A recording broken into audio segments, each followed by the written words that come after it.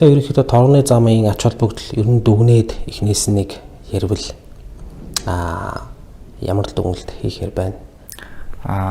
Торгоны замын хувьд үндсэндээ бас эзэн төхөрнүүдийн хувьд бол олон өөр эзэн төхөрнүүд захирч байсан, төвлөн суурьж байсан эзэн төхөрнүүдээс шалтгаалаад бас худалдааны болон философийн, шинжлэх ухааны гэх мэт олон талаар ингээд солилцоол явж байсан байна.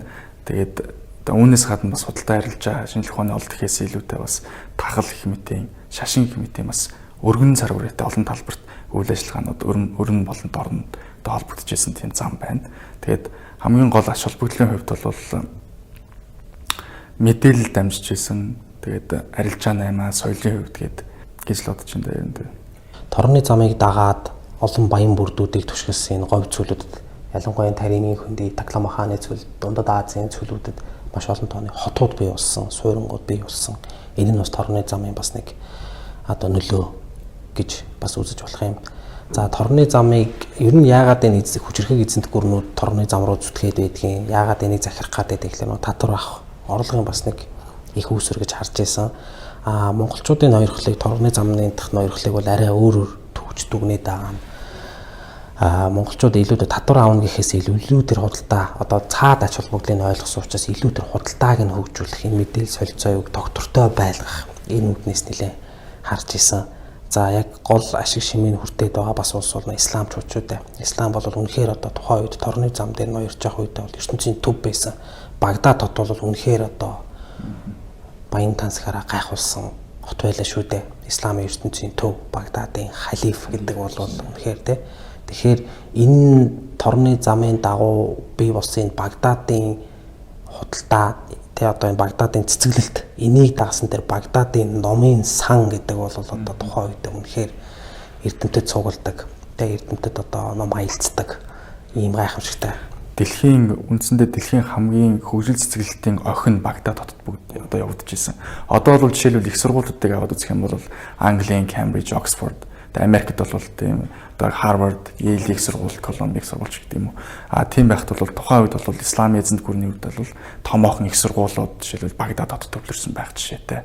Томоохон торгоны зам дагуух төвшицийн хотуудад шинжлэх ухаан хөгжих, томоохон сүм хийдүүд баригдах гэх мэтийн томоохон архитектурууд гарч ирсэн ийм чухал ач холбогдолтой болж байгаа.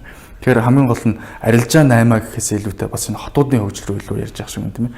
Тэгэхээр хотууд үүснээрээ бол дундаж давхаргүй үүснэ. Тэгээд түүнээс бас баячууд үүснэ, хөрөнгөтнүүд үүснэ. Эднэр бол уран зураг, уран барилга гэх мэтийн зүйлүүд хөгжөхөд хамгийн гол түлхэгдсэн болж байгаа. Тэгснээрээ яг хуу нийт хүн төрөлхтний олд амжилтын хувьд бол торгоны замаар дамжсан тэр бараа таварын орлогоос орж ирсэн тэр баялгаар илүү хөгжил цэцгэлтэнд хүрч байгаа. Хөгжил цэцгэлт гэдэг бол олон зүйл дээр тогтно шүү дээ. Нийтийн эрүүл мэнд сайжрах, хоол ундаа илүү өргөн боломжтой болох, хамгаах ухааны тал дээр мөн дээрээс нь байгалийн шинжлэх ухаан буюу натур философи хөгжих томоохон энэ боломж нь бүрдэж байгаа.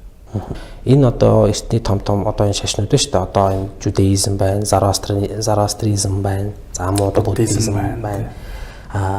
Исламын шашин, христийн шашин бүгд л энэ тарсан шашин төгсөн зүйл бол дандаа торгоны замаар явсан байна. Жишээ нь буддизм бол энэтхэгт, умард энэтхэгт үсээд улмаар тийш торгоны замын дагуул нөгөө хүмүүс явна шүү дээ. Нөгөө шашнаа номлодог, түгээдэг тэгэхээр яг энэ торгоны замын дагуу исламын шашин яг тэр замаар нь баруун Азийн баруун хэсэгт үсээд яг энэ торгоны зам дагуу ингээд дундад Аз бүр сайжлаад энэтхэг хүртэл явсан бол баруун хэсэг хүртэл. Тий. Энэтхэгт үүссэн буддизм ингээд тарж явсаар байгаад хятад за улмаар сайжлаад Солонгос Япон хүртэл явж байгаа жишээтэй тий. Христийн шашин ч гэсэн яг торгоны замаар дамжаад тэр Нестори урсгал гэдэг чинь явсаар байгаа л Төв Азад ороод ирж байгаа жишээ. Нүүдэлч хүртэл христийн шашинд орсон тохиолдол. Манай бол 8 ханилэг байна, мөн Хэрээдийн ханилэг байна тий.